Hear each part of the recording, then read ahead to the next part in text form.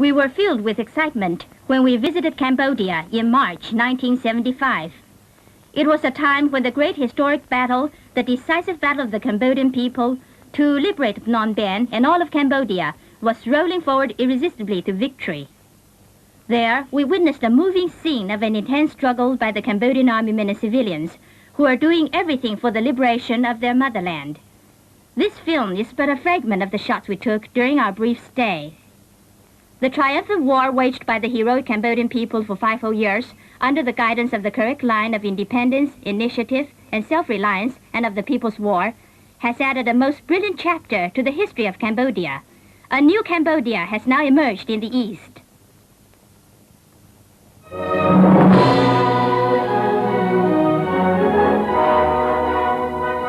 A heroic people, a visit to the liberated zone in Cambodia.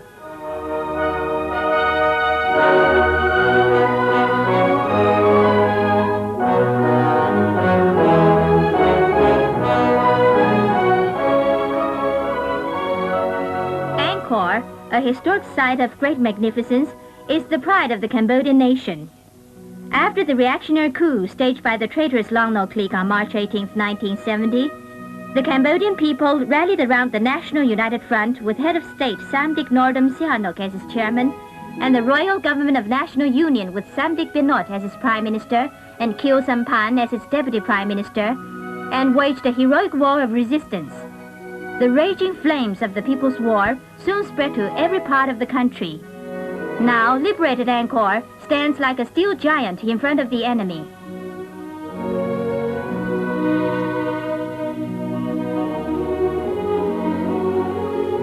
Though enemy troops are only 2 kilometers away from this liberated zone, the People's Armed Forces of National Liberation of Cambodia trains its young cadets here undisturbed.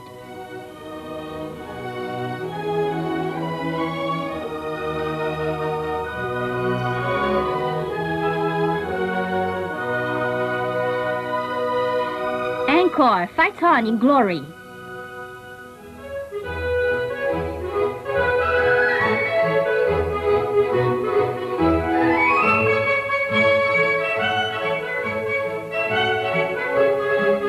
Her young men and women foiled 2 enemy attempts to seize Angkar, repulsing their wanton attacks. They solemnly pledge, to defend Angkar is to defend our national honor and safeguard the sovereignty and dignity of the motherland. We will defend her like the apple of our eye.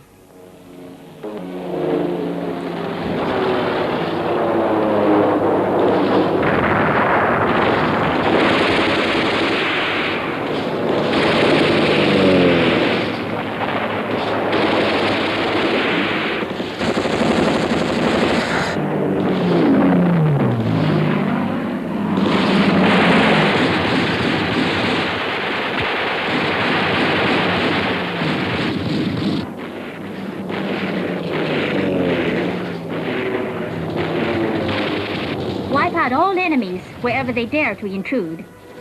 The patriotic Cambodian army men and civilians shot down and destroyed over 1,700 enemy planes from March 18, 1970 to March 1975. Victory belongs to the heroic sons and daughters of Angkar and to the brave commanders and fighters in the field.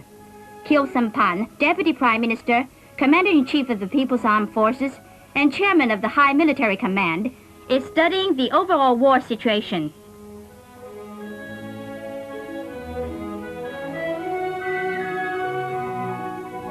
He and Sat Lut Sao and Nung Jie, both Vice Chairman of the High Military Command, work out a plan of operations, the blueprint for victory. Guided by a correct military line and using correct strategy and tactics, the People's Armed Forces are winning brilliant victories on all fronts. Men and women fighters of the people on all fronts are marching forward victoriously on this land of heroes. Each of the 7 major strategic highways has witnessed their heroic exploits. By the end of 1974, they have blocked all roads leading to Phnom Penh.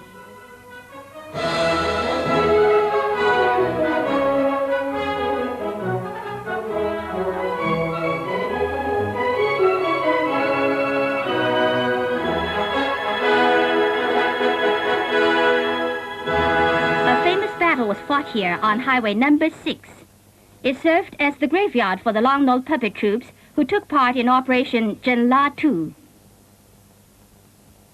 In the rainy season of 1971, the enemy sent more than 20,000 so-called crack troops in an attempt to control this highway and block communications between various liberated zones. United as one, the valiant Cambodian army and civilians took on this enemy several times their own numbers and waged a battle that lasted 100 days with their crude weapons, wiping out 15,000 enemy soldiers. This was a brilliant example of the weak defeating the strong. After this battle, the enemy did not have the strength to launch another nationwide strategic offensive, while the People's Armed Forces grew rapidly.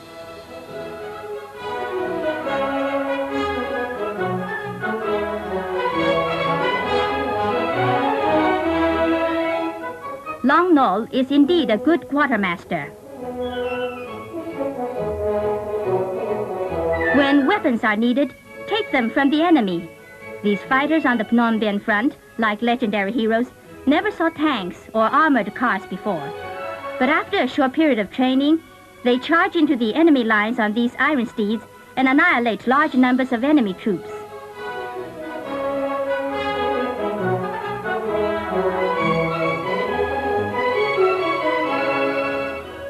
These jeeps came also with the compliments of the quartermaster Long Nol.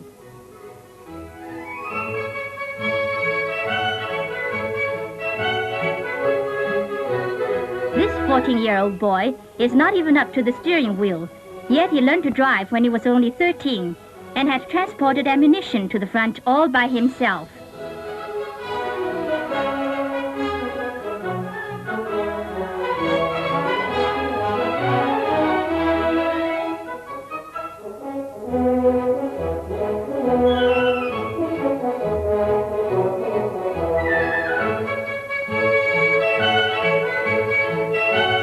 He is busily driving on the raging southwest front. There are many heroic youngsters like him on the battlefields throughout Cambodia.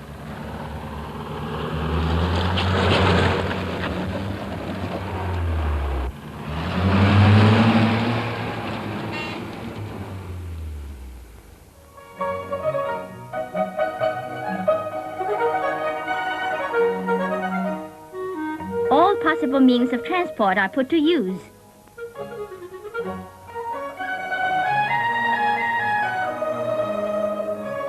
Even elephants do their bit for the war effort.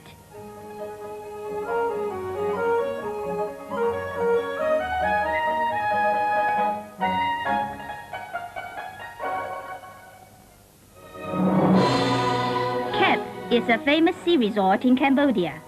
Except for a few isolated cities and islands, the entire Cambodian coastline is now in the hands of the people.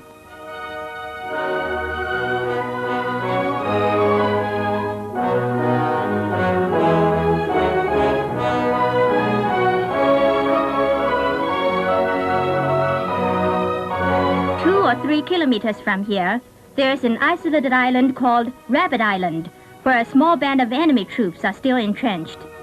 People's soldiers guard the coastline of the motherland day and night.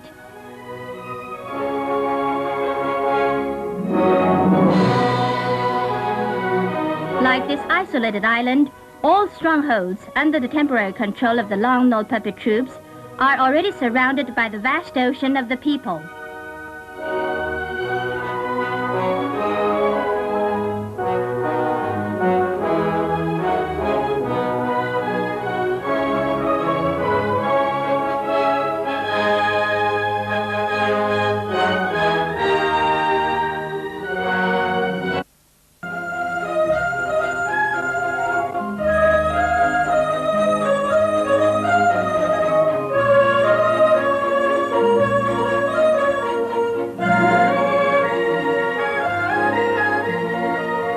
Another battle is being waged here.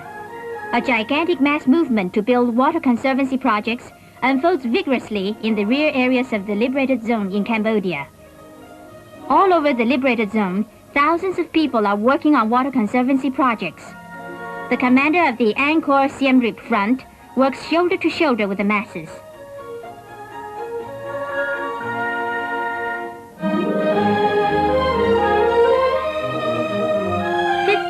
2,000 people come to work on this construction site each day. Owing to the lack of water, rice was not grown as a rule in the dry season. But today's emancipated peasants say proudly, "In farming, rely on the people and not on heaven." They link the building of water conservancy projects and the growing of rice in the dry season with the destiny of their motherland and with the liberation war. They pointed out, water is needed to grow rice. Food is needed by soldiers in the fight. Where there are people, there will be water. Where there is water, there will be food grains.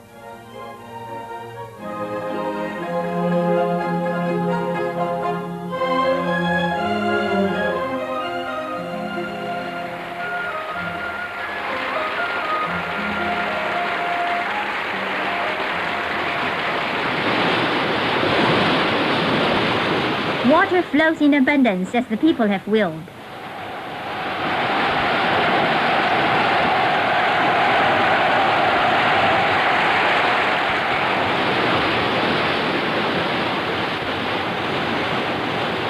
Water brings joy to the peasants.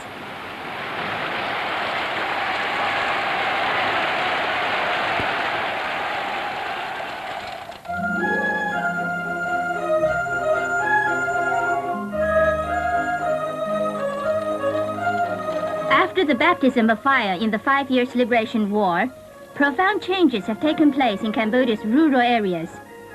Under the leadership of the National United Front and relying on the collective strength of the groups of solidarity for increasing production, the broad masses of Cambodian peasants fought bravely to transform nature and steadily increased grain production so that there's more than enough food to meet the needs of the liberated zone. This is a remarkable achievement won by a great people under difficult wartime conditions.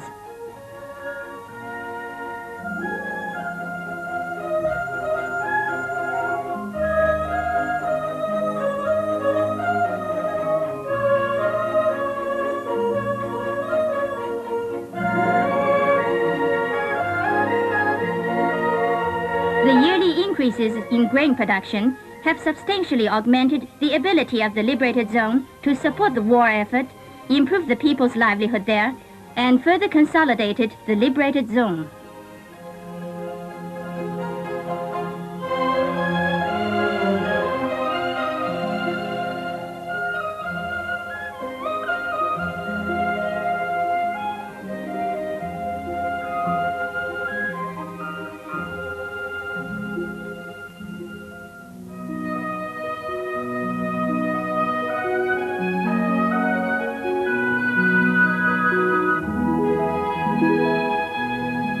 The production of cash crops in the liberated zone has also been restored and developed in the course of the war.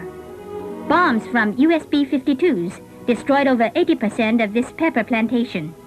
But pepper is growing well on the soil of this heroic plantation, which exports 700 tons annually.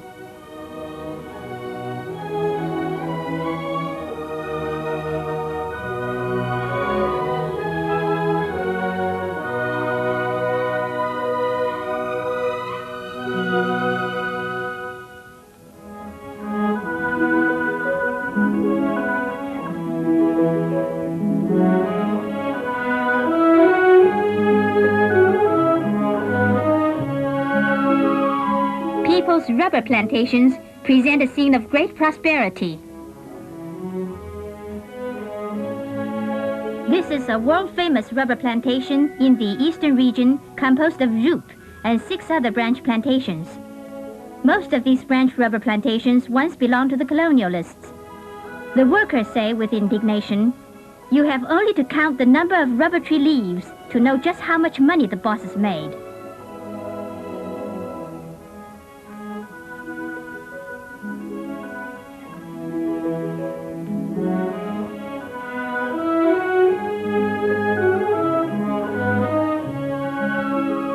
Today, the people are masters of the rubber plantations.